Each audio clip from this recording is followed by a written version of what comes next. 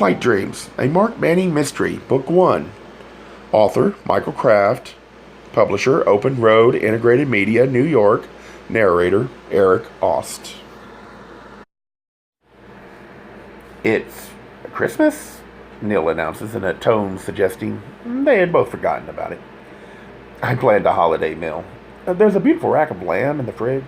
Will you be in the mood for a late, intimate dinner? That sounds wonderful, says Manning. I'm famished. Clad in the running shorts that have come off and on throughout the day, Neil sets to work in the kitchen and sends Manning to the shower. Standing in the bathroom, shaving, Manning leans over the sink and examines himself in the wall-sized plate glass mirror. He peers deep into the emerald-flecked irises of his own eyes.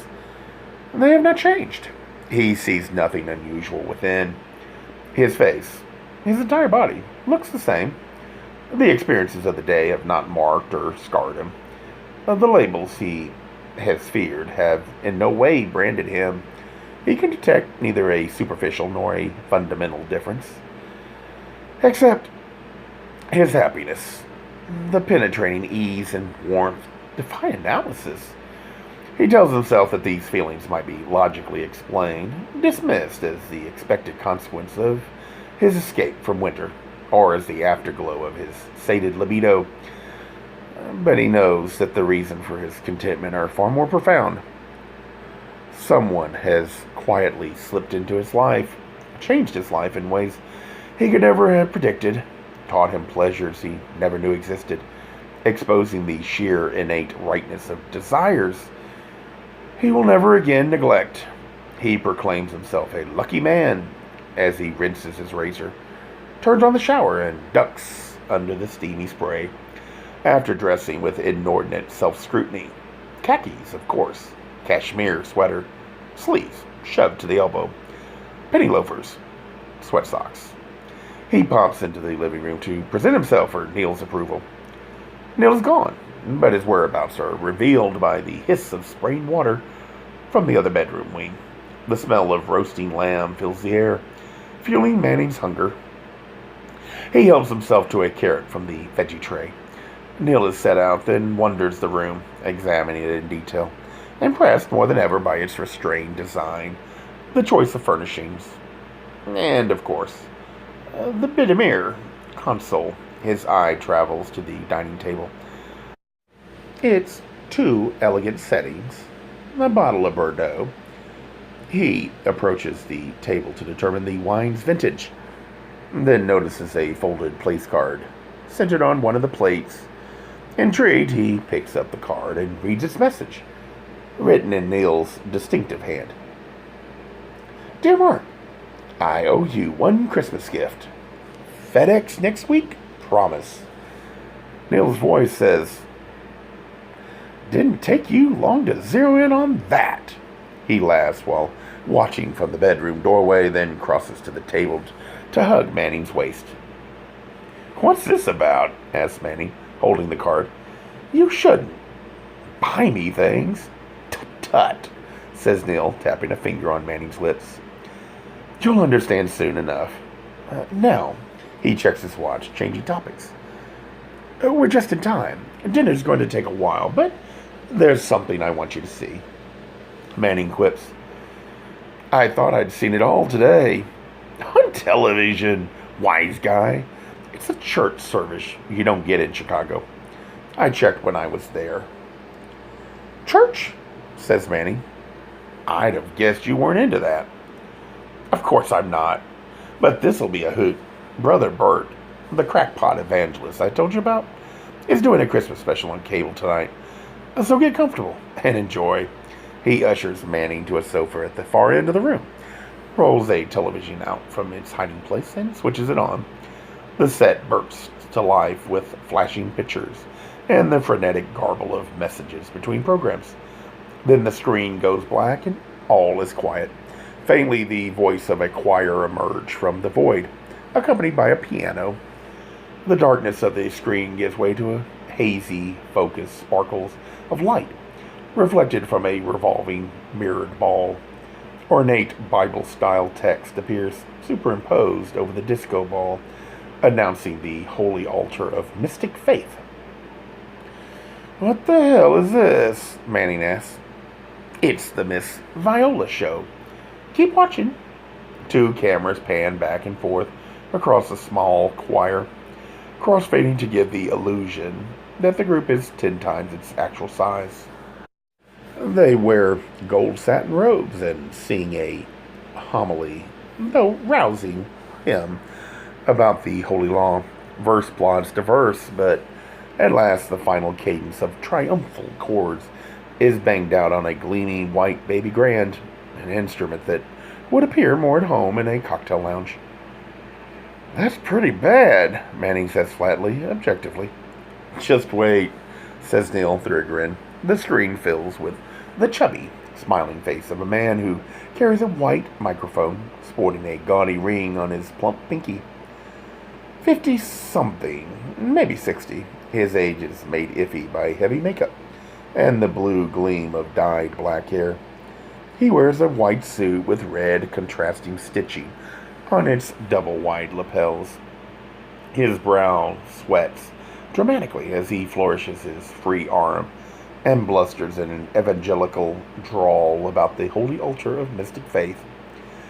Every other sentence contains the word Jesus, which he pronounces Jesus, protracting the first syllable, wagging his jowls on the second. "Who is this guy?" asked Manny. "That's Brother Bert. He's Miss Viola's archdeacon."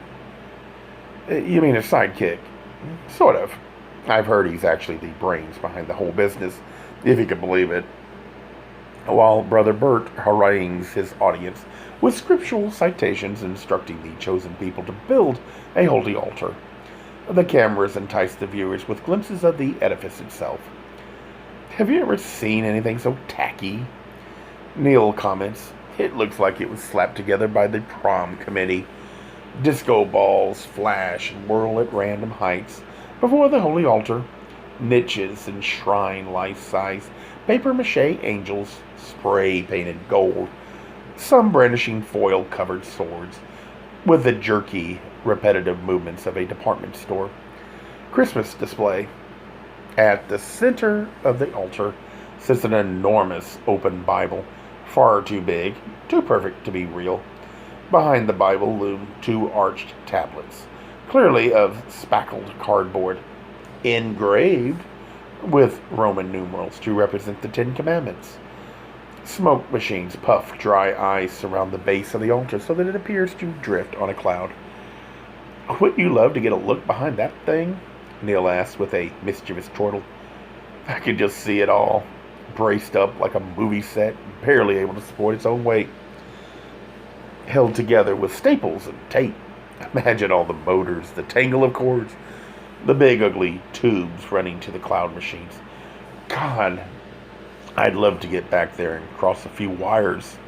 Manning asks, "Is this a local show?" "It sure is," boasts Neil with fiend pride. "It originates at a cable company right here in Phoenix. Perhaps we could go down to the studio later and take a peek behind the holy altar?" says Manning, snickering at the absurdity of the suggestion. "You may laugh now," says Neil, "but you'll be mad as hell in a minute." Brother Bert is still working up to his pitch. As predicted, Brother Bert soon mentions a prayer cloth. Quizzically, Manning draws his brows to the bridge of his nose as Brother Bert reverently displays an oblong piece of terry cloth, about 6 inches by 12, with 2 red circles printed on it. "By now, my brothers and sisters, most of you already have a prayer cloth of your very own, and you have come to know the healing powers, the mystical forces that your prayers can unleash as a result of using this amazing worship aid. Those of you who do not yet have your own prayer cloth, or would like another as a Christmas gift for a loved one, will want to call now. A toll-free number, 1-800-GOD-LINE, flashes on the screen, along with the logos of every credit card known to man. Miss Viola will send you your very own prayer cloth in return for a $100 donation to the work of Jesus." Neil says, Can you imagine allowing that crap on television? If you or I tried to sell some worthless piece of junk for $100 and promised it would cure cancer, we'd be tossed in jail and deserve it. But this clown can get up there to rob suckers in the name of Jesus, send them a strip of old wash rag, explain away as lack of faith the fact that the rag won't do a damn thing, and then pay no taxes on his profits. Sure, he's just some local clown, a backward evangelist with his hand in the till. But he's really no different from those network yahoos touting the Christian family crusade. They've all got ulterior agendas that are anything but religious. He catches his breath before continuing. I understand, Mark, my brother Bert is protected, and I realize that this country already suffers from far too much regulation, but boy, I'd like to punch a hole in that racket. Manning has nodded quietly throughout the brief tirade, fully grasping the dilemma, fully sharing Neil's frustration. And so, my brothers and sisters, let us now pray in the name of Jesus, through the intercession of our beloved High Priestess, Miss Viola.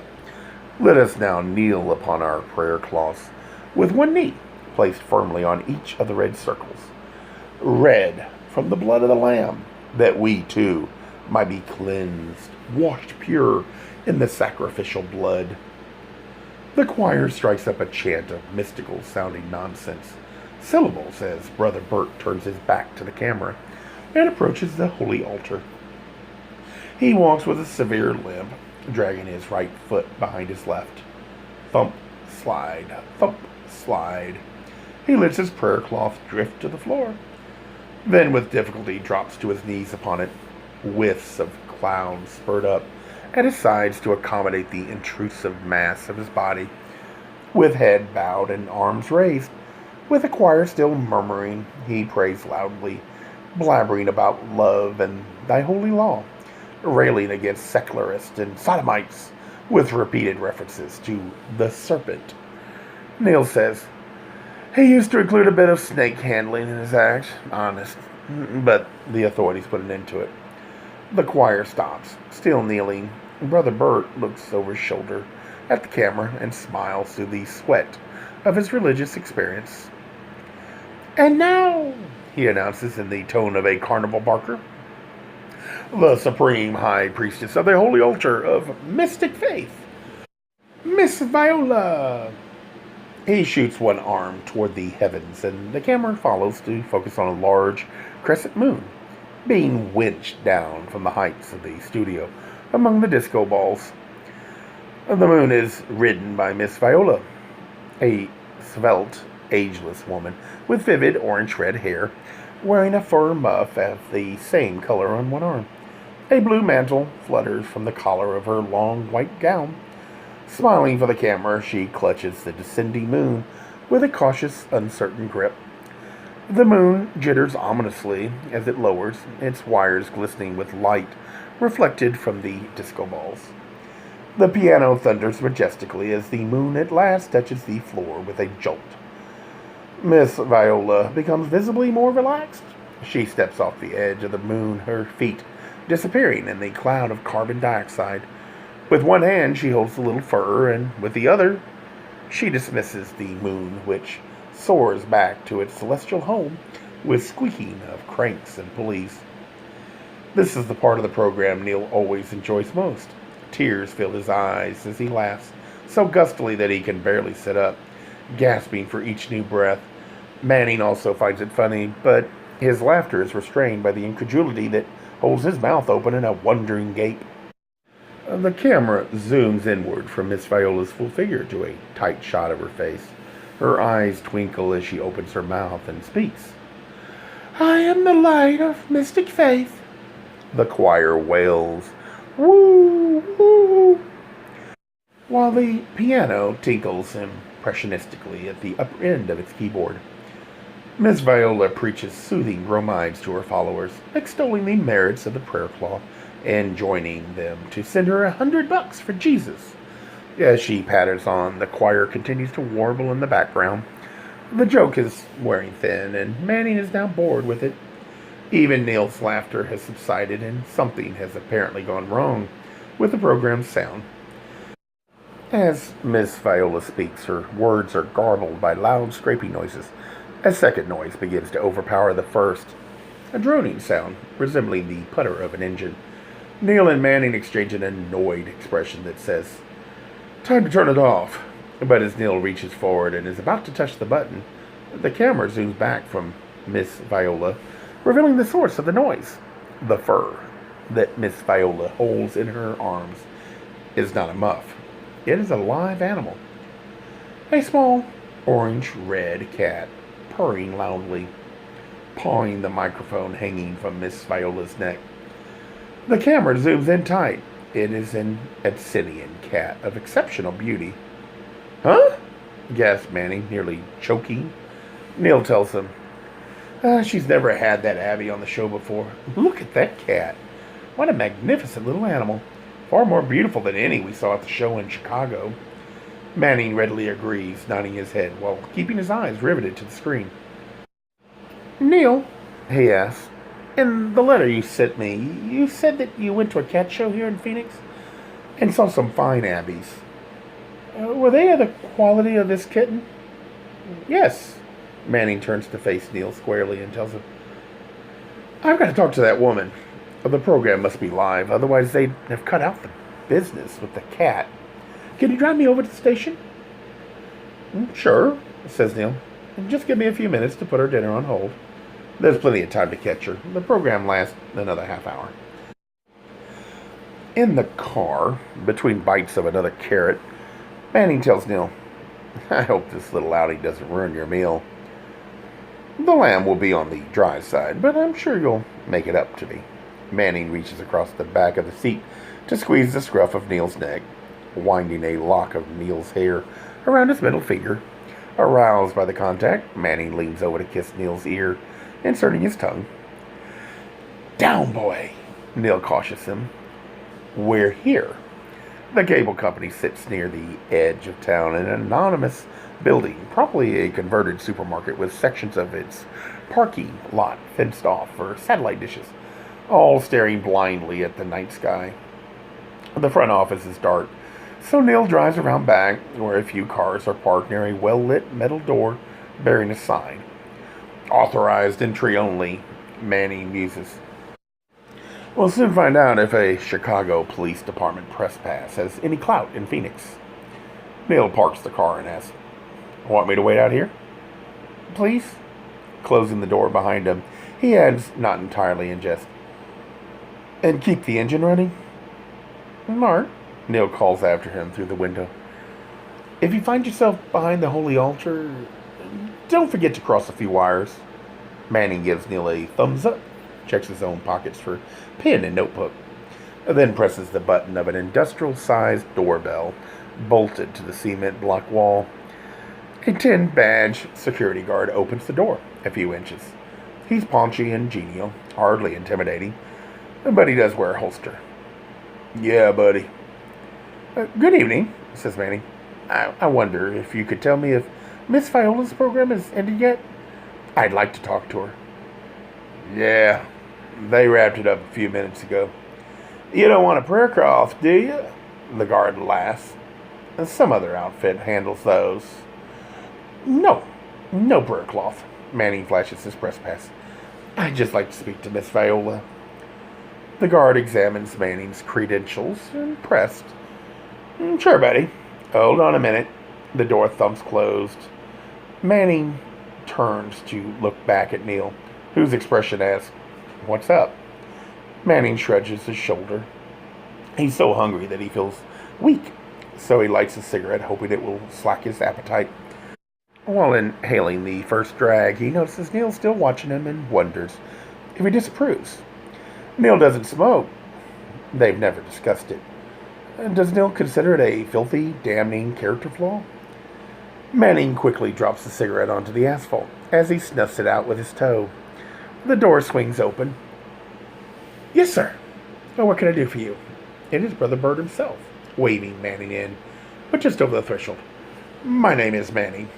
He begins to answer as the door closes with a thud behind him. They stand in a big open room, part warehouse, part garage, cluttered with lights, cables, props, and a couple of service vans. Of course, says Brother Bert with an obsequious bow of his sweating head. The esteemed reporter. Whatever brings you to Phoenix? Business? No pleasure. I happened to catch your program tonight and wonder if I could speak to Miss Viola. Miss Viola is a very busy and important lady, Brother Mark. Besides, Vi makes it a rule not to speak with the press. She doesn't feel it's in the best interest of her mission. I'll bet she doesn't, says Manny. Let me level with you. I don't give a damn about your mission, though it would certainly make a hell of a story. I'm here only because I have an interest in cats. And I want to talk to Miss Viola about that kitten on TV tonight. Let me see her, then I'll go away. Otherwise, who knows? Brother Bert studies Manning with eyes drawn into tight slits, weighs the options, and decides that it will be prudent to cooperate. Wordlessly, he leads Manning off to another part of the building, thump sliding across the waxed concrete floor. Arriving at the far side of the warehouse, he struggles with an oversized door. Manning tells him, "Let me get that." "I'm sorry." Indignant, Brother Bert asks him, "For what?" "Well, your leg." "It's not my leg," Brother Bert tells him, as if any fool could see. "It's my foot. An accident during my youth. My right foot was crushed in a fight with Satan. It never really healed. Can still cause excruciating pain." He winces at the words. "A hard-learned lesson in the wages of perversion," Manning repeats. "I'm sorry?" Brother Bert's tone turns cynically philosophical. "Why dwell on the past? It can be so ugly." As they stroll down a messy hallway, he stops at a door with a dog-eared foil star stapled to it. "Wait, I'll tell Vi you're here." He slips inside the dressing room. As instructed, Manning waits, hands shoved into his pockets. Hearing a din of activity around the next turn of the hall, he steps to the corner and looks out into the main studio. A crew of technicians and stagehands scurries about, dismantling the holy altar and setting the stage for tomorrow morning's garden show. Cactus Chat. Entire sections of the altar, huge slabs of marble, are turned to reveal panels of a desert landscape. Painted on the other side of the canvas, a pair of angels, swords poised, cords dangling, lurch toward the warehouse on the prongs of a forklift. Another forklift stops in front of Manning. Whining, it lowers a metal-cased control cabinet, deposited at his feet. Blocking his view of the commotion, he stares directly into the back of the device. Its innards are a jumble of resistors and other arcane electronics interconnected with a tangle of cords. At the end of each cord is a plug. Some black, some red, some yellow, inserted into color-coded sockets. Manning glances heavenward, wondering if maybe someone is smiling upon him. And then he checks over his shoulder, whistles nonchalantly, and switches the plugs in a red and a yellow socket. "Mr. Manning," calls Brother Bert from the dressing room door. As Manning reappears from around the corner, Brother Bert tells him, "Vi will see you now," and ushers him in. Miss Viola sits in front of her makeup mirror, its glaring bulbs surrounding her like a halo. Some of the bulbs, though are burned out, are missing, lending to the room's general seediness. She fluffs a matted blue feather boa, thrown on over a dressing gown, stained with coffee and rouge. Her hair is in a turban, her reddish wig on the vanity curled atop the wig. Sleeping is the kitten. "Good evening, Miss Viola. My name is Mark Manning." "Smile. God loves you, Brother Mark." She sing-songs, offering her hand to be kissed, but he shakes it. "You're here about my angel." "What?" he asks, wondering if she's on something or just nuts. "My Abbey cat. Angel." She eyes the kitten warmly for a moment. "Isn't she precious? She had a bit of the devil in her tonight, though." She laughs manically at her play on words.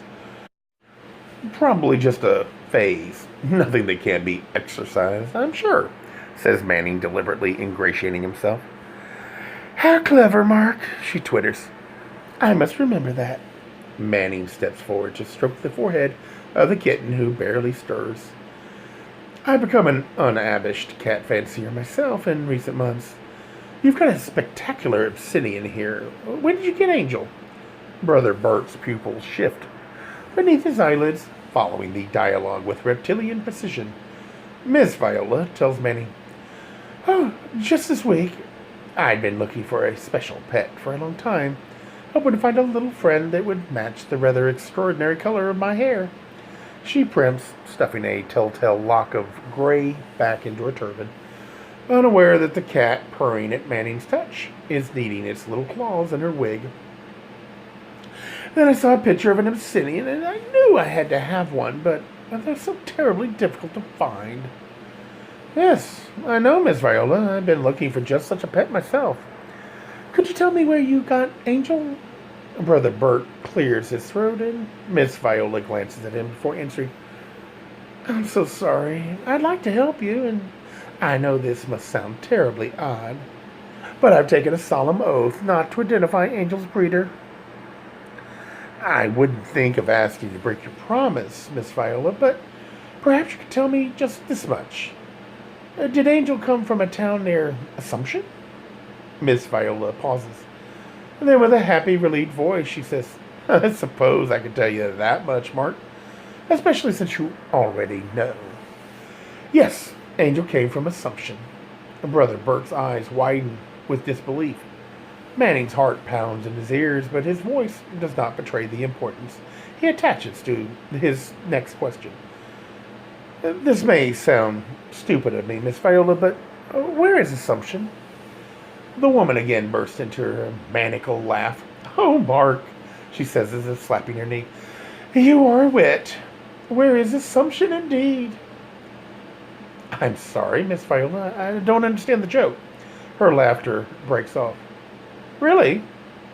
I mean, you asked about Assumption, and you're here, so I presumed.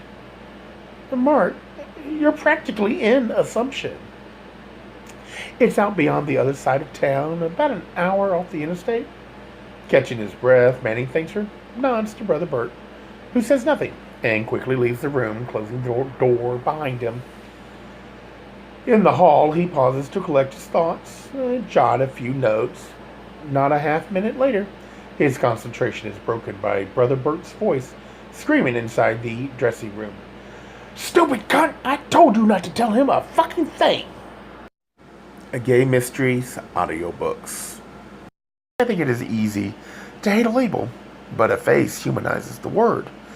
So this effort is twofold. To offer comfort to those like myself that your world didn't end because you don't fit into the view of acceptable society on both sides. And in hopes of helping those with family that are LGBTQ, that it doesn't mean we are aliens from the child they once knew. Reassure them so they can maybe be supportive at the same time, being true to their values.